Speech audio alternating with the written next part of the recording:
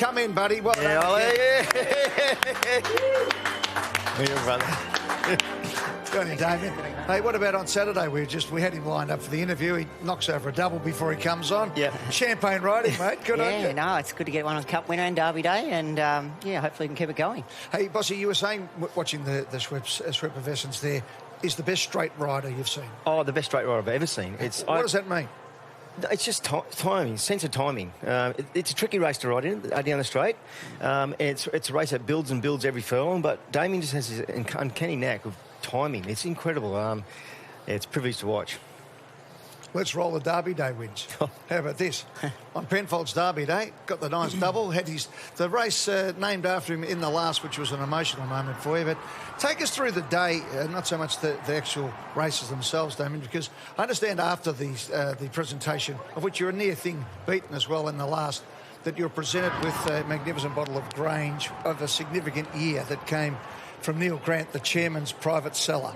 Yes, that was pretty special to get a 95 Grange from Penfolds, and you know, obviously a significant year for me, my first Melbourne Cup win on Doremus, so pretty special. It's going to be a good occasion to open that, I think. Yeah. Exactly. Well, it might be tonight. You never know. You're like in the big city.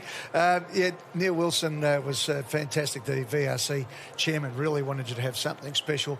Are you feeling the love? I mean, it's so wonderful for you to come to Melbourne. You've still got a few more race meets to do, of course, but the last Melbourne Cup Carnival, and it's all D. Oliver.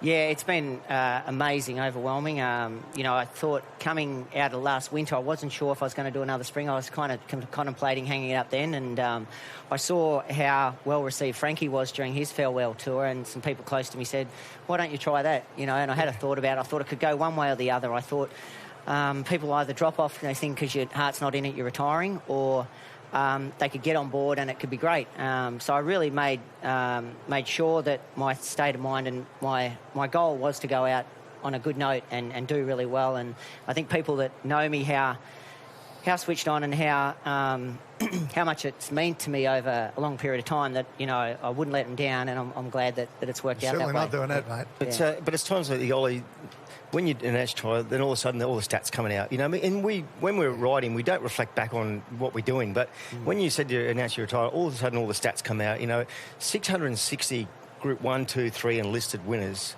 In a phenomenal. And you look at the Scobie, 14 Scobie Breezing medal. That's like the Brownlow medal for us. 10 premierships. I mean, over all the decades that you've been riding. Yes, now are you reflecting on now? Yeah, I suppose when you look back at it, you know, I've been doing it 36 years. Yeah. So, you know, I mean, you know, so I was saying it's hard to get to the top, but it's even harder staying there. But I kind of always enjoy the pressure or the challenge of trying to stay there. And, you know, I mean, if you're doing well, you're riding winners, you're being successful, and it just keeps kind of going, you know. So I've never been one to sort of rest on my laurels and always look what's ahead, not what's behind. Yeah. Well, it's all right having all those great wins, but you're only as good as your last race. This wasn't bad. Take us through this, Dee. Yeah, well, I was sitting just behind the leaders and travelling really well, and I thought if the horse finished like the way he was feeling to me, he was going to be hard to beat. And when I switched off them and went to the inside, he won really well. And Travis Dowdle, young trader from Adelaide, you know, he don't ride for him a lot, but when I do, we usually have a bit of luck. So I think, you know, I'm never frightened to take one for him when he asks me to ride one. Quite amazing range of emotions in your Melbourne Cup wins. Doremus, Melbourne Cup, Melbourne Cup. Everything happening at that stage. This young jockey has just burst onto the scene. Media puzzle, of course. You know, your brother's death just that week. We spoke about this on Saturday. I mean, it is still one of the most emotional moments probably in Australian sport. You know, Jason McCartney coming back from the Bali bombings, this moment, just things that were just, they transcended sport and everything that was there.